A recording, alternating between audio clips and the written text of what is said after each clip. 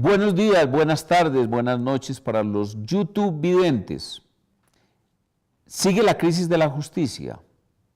Está comprobado que existe la BACRIM, la banda criminal de la justicia, esparcida por todos los organismos de la rama, Corte Suprema de Justicia, Fiscalía, y comienzan a salir como puntas del iceberg en todas las corporaciones. Y no parece que hubiese salida. El gobierno, en un acto prácticamente torpe, anunció un referéndum para marzo del 2018. ¿Para qué?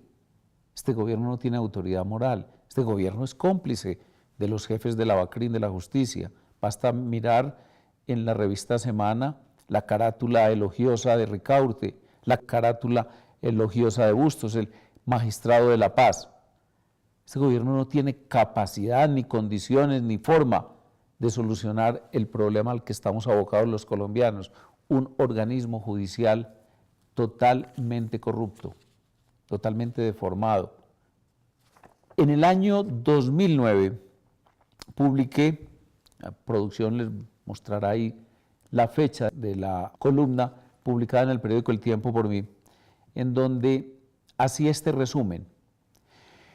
¿Por qué llegamos a tener la clase de jueces que hoy componen la sala penal de la Corte? Me refería solo a la sala penal de la Corte. Ahora resulta con Ricaurte que eran varias salas, el Consejo Superior de la Judicatura, etc. ¿Por qué nos hundimos en el abismo? Porque el sistema de la actual Constitución, la del 91, politizó a la justicia colombiana.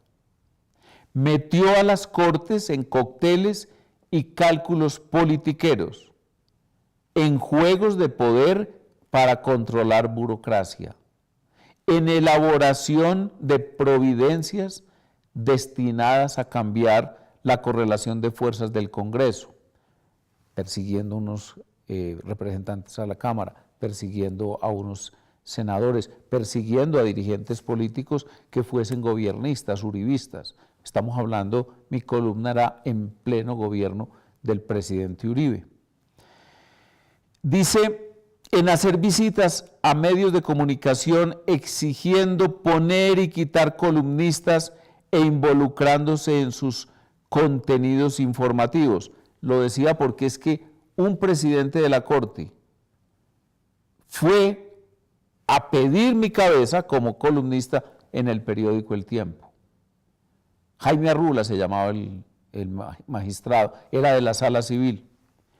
Decía, en viajar al exterior para desprestigiar al Ejecutivo, en maniobrar para apoderarse de la Fiscalía como botín político y como mecanismo de coerción al Ejecutivo, en amedrentar a sus jueces naturales, los representantes a la Cámara, para neutralizar acciones penales o disciplinarias que persiguiera sus desmanes, como negarse a elegir fiscal, cosa que es un delito, y falta disciplinaria. Claro está que aquí faltaban muchas cosas que nadie sabía.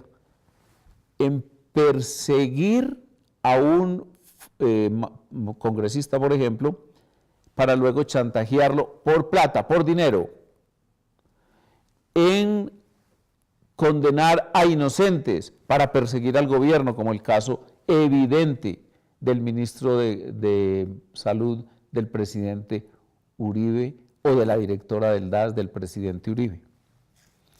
Entonces decía, así las cosas, cuando hay una laguna constitucional como la que conduce a que pasen tales cosas, no hay salida distinta a una corrección definitiva mediante reforma constitucional.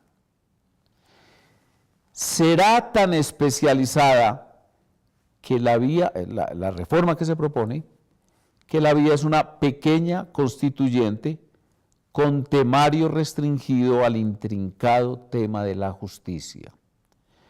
Los partidos de la coalición uribista deben proceder de inmediato, de común acuerdo con el gobierno, a presentar el proyecto para que alcancemos a elegir sus miembros especializados en marzo próximo. Hablaba yo de marzo del 2010. Nada de eso se hizo. La verdad es que la idea de la constituyente apenas comienza a retomar cierta fuerza.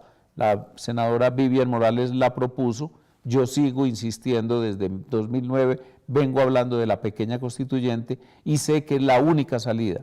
De lo contrario, el Congreso se verá presionado siempre por magistrados corruptos, como Bustos y como Ricaurte, a quienes yo personalmente vi en la Comisión Primera del Senado presionando para que no se diese un solo paso que modificase sus poderes para elegir, nominar, para tomar determinaciones políticas en las altas cortes y particularmente, no lo sabíamos, ahora surgió el hecho, la evidencia, para robar, para vender tanto sentencias absolutorias a criminales como para iniciar procesos a inocentes con el objeto de chantajearlos.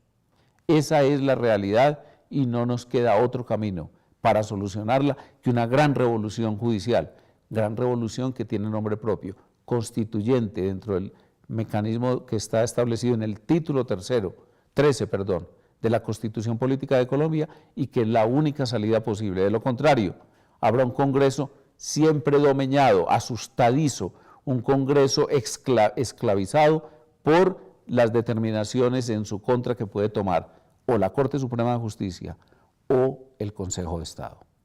Muy buenos días, muy buenas tardes, muy buenas noches para todos los YouTube videntes.